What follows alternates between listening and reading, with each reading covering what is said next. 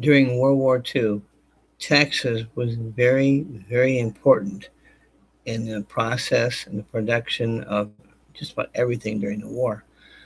During the time of World War II, it is estimated that 1.2 million Army soldiers processed through Texas.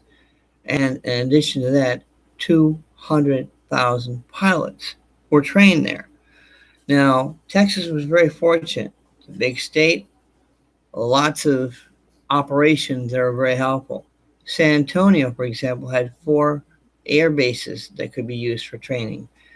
There were 15 locations for specific training for, let me put this, let me give it to you, 15 Army camps, 15, 1 5, 15 Army camps, and 40, as in 40 airfields.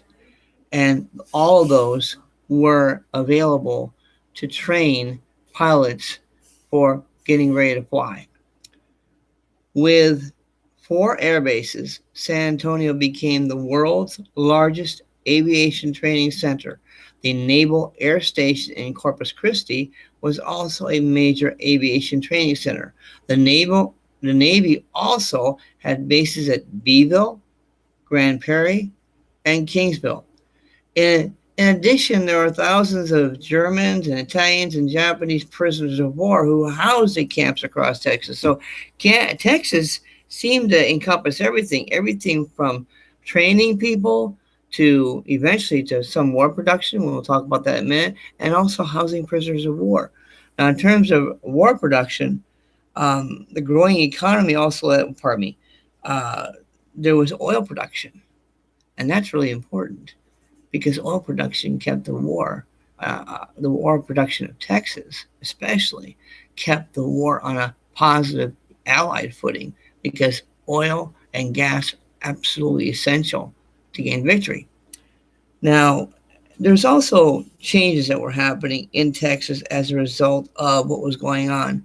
And that is that some 500,000 Texans, including many African Americans, moved from the country, rural areas of the country, to the city. So there was a move from the country or the agricultural sector to the cities where there was manufacturing taking place. And we already know that there was a lot of manufacturing taking place for tanks, for vehicles, for ammunition, all kinds of products. And at the same time, Texas men were enlisting women were involved with factory jobs. So while the men were joining the Army or the Navy or the Marines and going over to Europe to war, women were walking into the factories and taking their place. So this is quite a new experience for America. And then we had we built planes and ships, operated heavy machinery, and working jobs that had traditionally been considered unladylike. So ladies were actually building planes and ships and operating heavy machinery. Like other Americans, Texans had to make sacrifices too for the war effort. Many goods valued by the military, such as gasoline, meat, rubber, and sugar, were in short supply. The government rationed or set aside for each family a specific amount of these goods. In addition to reducing their own use of scarce items, Texas found ways to help the military.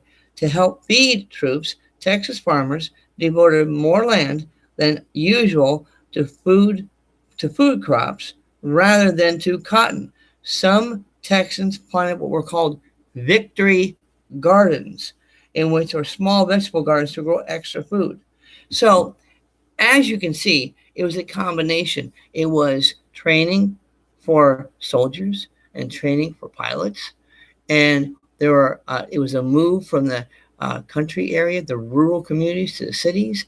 There was manufacturing that was taking place, automobiles and ammunitions and other types of necessary material. And because the men were overseas fighting, the women stepped up and did the work in the factories. So a lot of things were changing in Texas as a result of the World War II effort. And That meant that the war in Europe impacted home in a dramatic way. Thanks for watching.